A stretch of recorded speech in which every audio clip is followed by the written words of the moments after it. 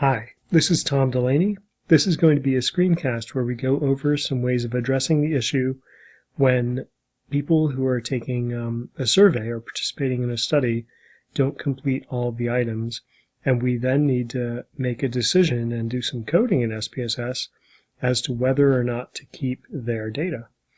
So we have example data here, and this is based on the Maslach burnout inventory, which we don't have to go into in detail.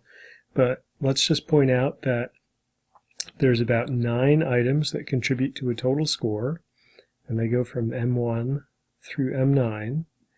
And then over here we have a coding from survey administration software as to whether or not every case is complete or partial. And you can see that sometimes data that looks pretty partial was actually coded as complete. So we're not going to rely on the status completion variable. We're going to make our own variable. And then we have a unique identifying number. And like pretty much every application in SPSS, the rows are cases and the columns are variables. So let's go ahead and figure out how we can code each case as to whether or not we should include their Maslach burnout inventory data or MBI data into the next round of data analysis. There are several different ways we could go about this, and I'm going to suggest a way that might involve a little more labor than other approaches, but which has the benefit of being simple, or at least I think it's simple. We're actually going to go ahead and create 9 new variables, and then by combining those 9 variables, we'll come up with a single variable that says whether or not a case should be retained.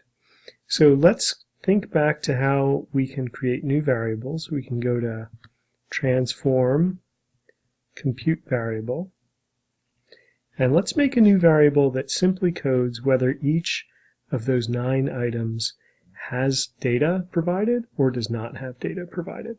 So let's call this M1, and I'm going to call it present. And that equals a 1. Go down here to the if, and we will include cases if M1 new is greater than 0. If this worked, we can click back on this, and indeed it worked. So now we have a 1 in this new variable called M1 present, and that reflects whether there's any values at all in the original M1 variable. Please note that this wouldn't work, or the way that I just did it wouldn't work if you actually had zeros in your data. But in this data set, the original data don't have zeros, so we can use that. The main idea is to come up with a rule, a simple logical rule, for SPSS to know whether or not it should say whether something is in the cell. And we're just using 0 in this example. I'm going to go ahead, do another one, and then we're going to skip ahead and pretend we did a bunch of other ones. So M2 present is a new variable. That's going to be set to equal 1 if M2 new is greater than 0.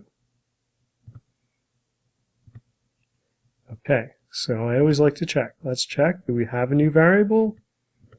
We do. Is it correctly named? It is. Does it seem to accurately reflect whether whether the original variable over here, M2, has a number present versus does not have a number present? That is true. Okay, so let's assume we went ahead and we created 7 more variables that were like M1 present and M2 present. Then we're going to create another variable which is going to be a summation function. And the summation very simply is going to say whether or not all 9 of the original Maslach items are present.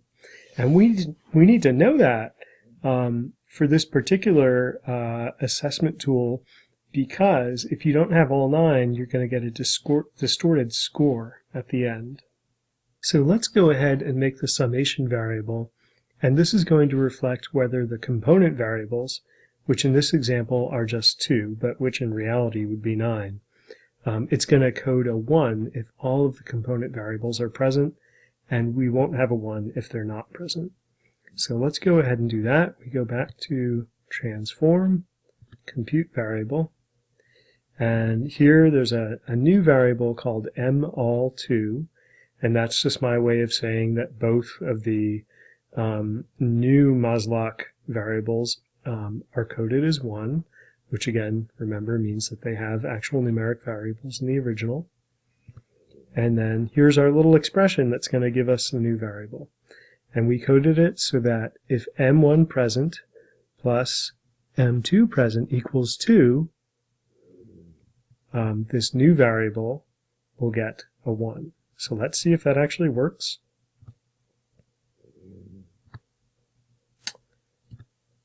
And it worked! So we have a variable now called mall2 that reflects that both m1 present and m2 present have 1s.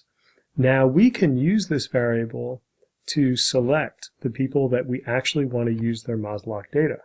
And remember, that's important because we don't want to use Maslach data unless all 9 of the items were answered.